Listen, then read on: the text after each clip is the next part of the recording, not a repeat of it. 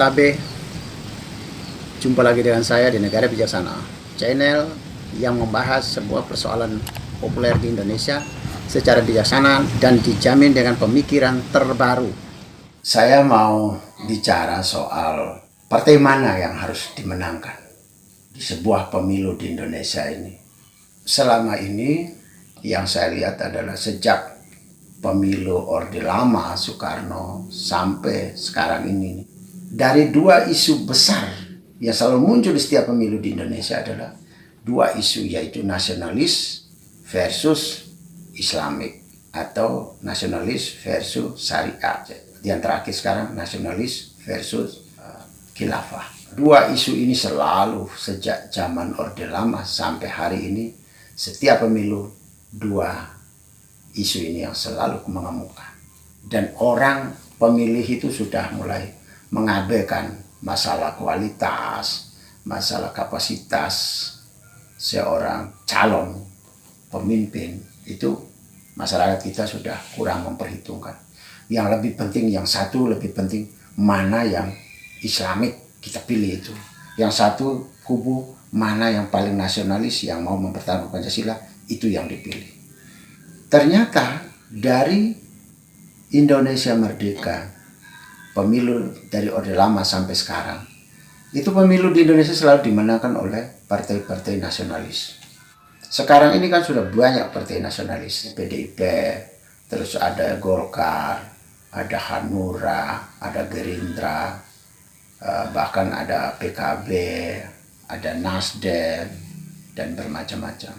Setiap kali pemilu selalu kelompok nasionalis yang menang di Indonesia.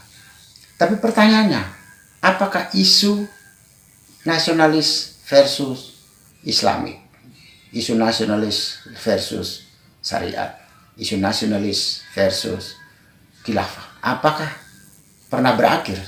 Tidak pernah berakhir. Mengapa tidak pernah berakhir? Karena dalam realita konflik ini selalu muncul sampai dengan di era-era reformasi ini mulai gerakan intoleran mulai muncul. Kelihatannya gerakan-gerakan intoleran dan yang mau menggantikan Pancasila ini itu makin hari semakin subur. Apa artinya nih? Artinya sepanjang suara rakyat sudah diberikan kepada partai-partai nasionalis selama ini berpuluh-puluh tahun loh, tidak terbukti bahwa mereka setelah mereka menang pemilu, menjabat kuasai kursi di legislatif, menjabat menguasai kursi di eksekutif, terus bisa dibasmi intoleran. Nggak bisa. Sampai sekarang tidak bisa. Bahkan disinyalir oleh beberapa lembaga, makin hari semakin besar.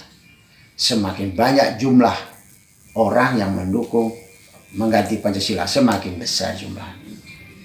Intoleran semakin merajalela, pembantaian orang yang berbeda pendapat, pemusnahan tempat ibadah dari kaum minoritas, pembubaran ibadah dari kaum minoritas.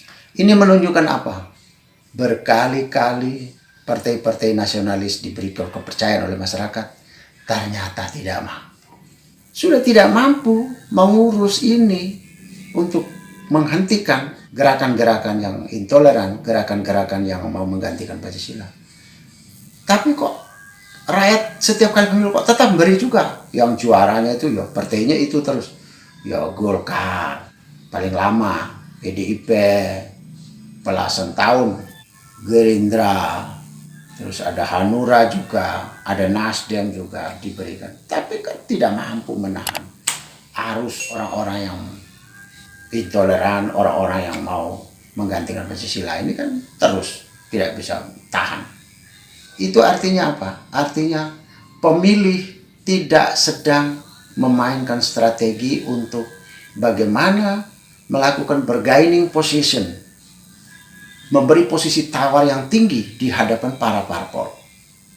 Jadi posisi tawar yang tinggi begini, kalau saya sudah memilih Anda jadi pemenang, tapi Anda tidak mampu mengatasi intoleran di Indonesia, Anda tidak bisa menciptakan agar gerakan-gerakan pengganti Pancasila di Indonesia sudah tidak bisa, artinya saya pindahkan pilihan saya kepada partai lain. Saya coba partai lain.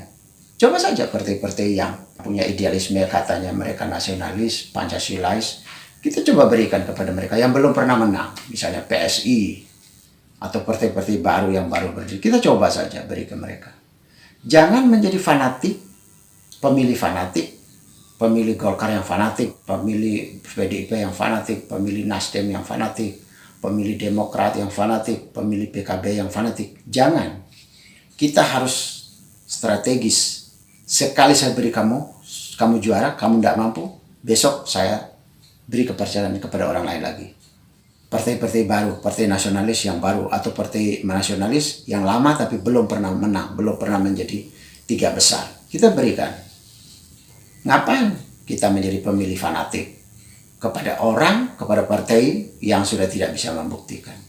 Partai nasionalis selalu awas memilih yang anti Pancasila, awas memilih yang intoleran. Selalu dimunculkan semacam itu. Tapi ketika mereka menang, sama aja tidak berbuat juga. Mereka tidak mampu juga melenyapkan intoleran, melenyapkan partai-partai dan orang-orang yang mau menggantikan Pancasila. Tidak bisa melenyapkan. Itu artinya stop memilih, kasih giliran yang lain. Misalnya PSI, coba dikasih kekuasaan dulu. Partai apa lagi? Partai-partai yang baru dikasih kesempatan. PKPI misalnya dikasih kesempatan. Jangan terlalu menjadi pemilih fanatik. Selama kita menjadi pemilih fanatik, memilih terus partainya itu terus, maka partai-partai itu merasa bahwa apa yang mereka sudah buat selama ini memuaskan. Lah memuaskan apa? Intoleran jalan terus. Jumlah orang yang anti Pancasila makin membesar setiap tahun. Untuk apa? Kita harus memberi kepercayaan berulang-ulang. Membuat apa jadi pemilih fanatik? Menjadi pemilih yang dinamis. Kita berlari-lari. Saya sudah beri kamu, menang, tidak sukses, saya tarik, saya beri kepada orang lain lagi, partai lain lagi. Gitu. Itu kalau di negara bijaksana, pemilihnya harus bijaksana, yaitu tidak menjadi pemilih fanatik dari sebuah partai, yaitu pemilih yang berlari-lari, yang sudah diberikan kepercayaan tidak bisa membuktikan. Pemilih di negara bijaksana akan pindah, mencoba memilih partai baru, partai yang lain yang belum pernah menang di Indonesia atau di negara bijaksana, dia belum pernah menang.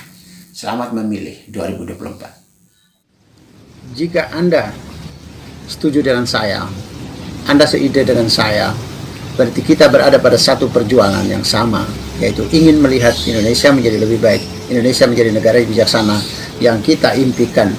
Caranya adalah dengan Anda memberi dukungan dan berpartisipasi dalam channel ini. Subscribe di bawah channel ini, bunyikan lonceng di sampingnya untuk menunjukkan Anda berlangganan secara gratis, dan ada pemberitahuan setiap kali saya mengirim edisi baru. Dan jika Anda setuju dengan ide ini, jangan lupa bagikan ke semua relasi Anda. Terima kasih.